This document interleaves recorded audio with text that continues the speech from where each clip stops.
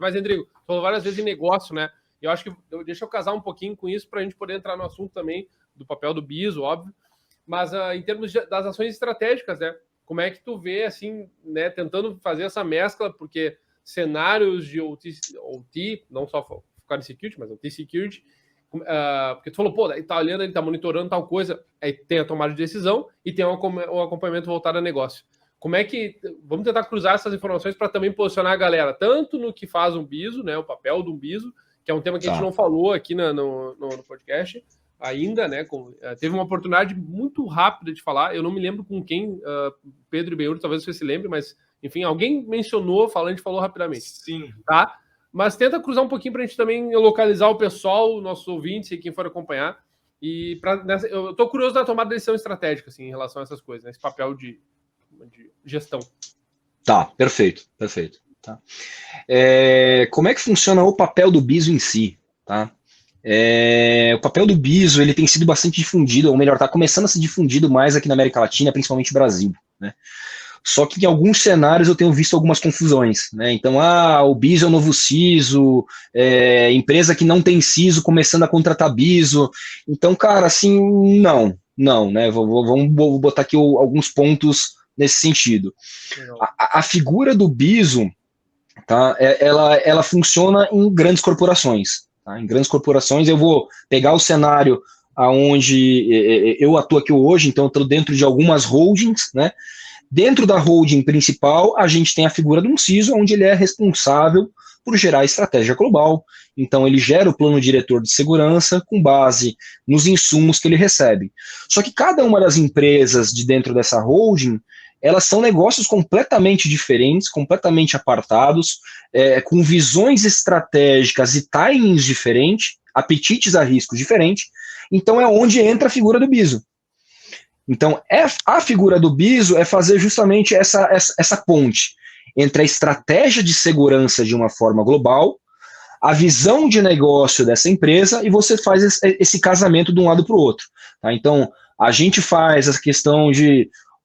As pessoas falam muito hoje em dia da questão de vamos fazer um guardrail para que o negócio consiga seguir, remetendo muita parte de Fórmula 1, de corrida e coisas do gênero, né? Então é um cenário onde a gente tenta viabilizar o negócio, não é simplesmente aquela segurança tradicional do tal do cara crachá, né, de ser o catraca da porta, né? Mas é tentar de alguma forma viabilizar um sim. Mas para viabilizar o sim também, a gente também precisa ter pontos de ganho de maturidade do negócio, para que o negócio também entenda risco. Né? Então, normalmente, em grandes empresas, você chega para falar com alguém do negócio, o cara conhece muito bem o negócio dele. E, de novo, pensando na visão do engenheiro, né, ele conhece muito bem, cara, se eu fizer isso, vende, se eu fizer isso, não vende, se eu mudar essa parte da formulação, eu reduzo o meu custo, ou seja, aumento minha margem, então, pô, tá perfeito. E aí chega aqui um gurizinho e fala assim, cara, vamos falar de risco em cibersegurança. Meu, senta lá no canto, a gente conversa depois, né? Então, esse é um cenário que a gente tem que começar a trazer para o negócio e assim, eu e o meu time aprendendo a falar o negócio, mas ao mesmo tempo a gente bota a bibliazinha embaixo do braço e a gente se torna evangelista. Para falar, gente, vamos falar de segurança também. É importante, porque em momento algum, em empresa alguma, você vai ter um time de segurança tão grande quanto teu time de delivery, quanto teu time de tecnologia, teu time de negócio. Jamais. Então você nunca vai conseguir ter um para um.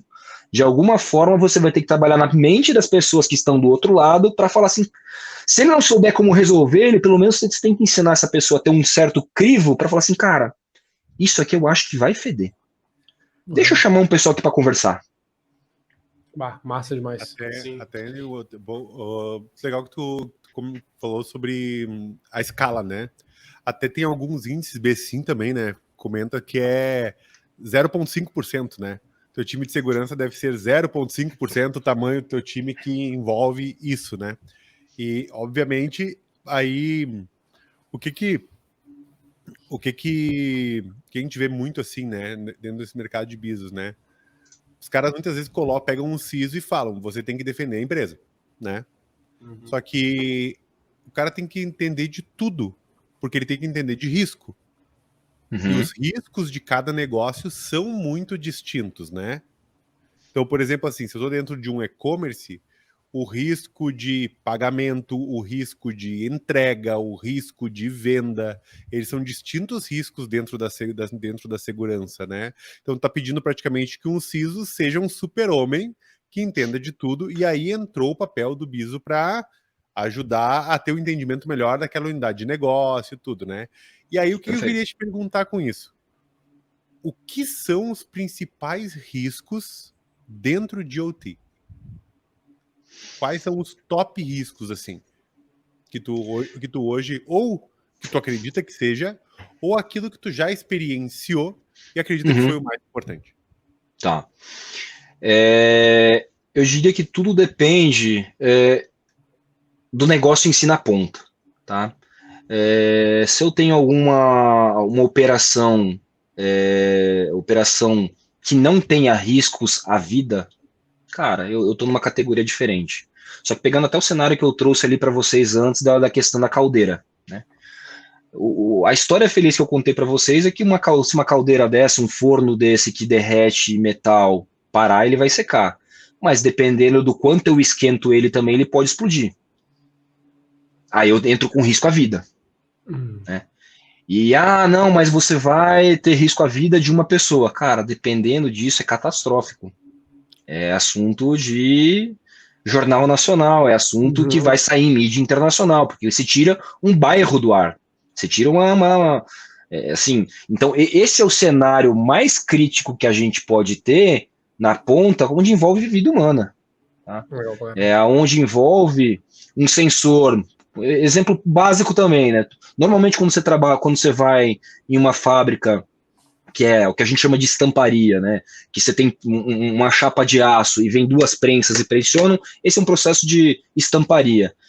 Uma pessoa que trabalha pegando essa chapa e joga para o lado, coloca outra chapa e coloca a máquina, normalmente ela tem 2 pontos para indicar, eu estou travando, estou com as 2 mãos fora da máquina para que a prensa consiga atuar. E se eu conseguir de alguma forma afetar para que se eu apertar a primeira e não apertar a segunda, esse negócio aconteça e arranca a mão da pessoa, estou afetando uma pessoa. Né? Então, de novo, o meu maior risco sempre é a vida. Eu posso afetar a vida de uma comunidade, uma vida de uma pessoa. Tá? Esse é um cenário mais crítico de OT. Aí, obviamente, os outros cenários, vocês devem estar acostumados, que são os cenários tradicionais que eu tenho com a TI também. Cara, eu paro a produção, eu paro faturamento, eu paro delivery, esse tipo de coisa. Mas dentro de OT, na minha visão, o principal cenário de risco que eu tenho realmente é vida.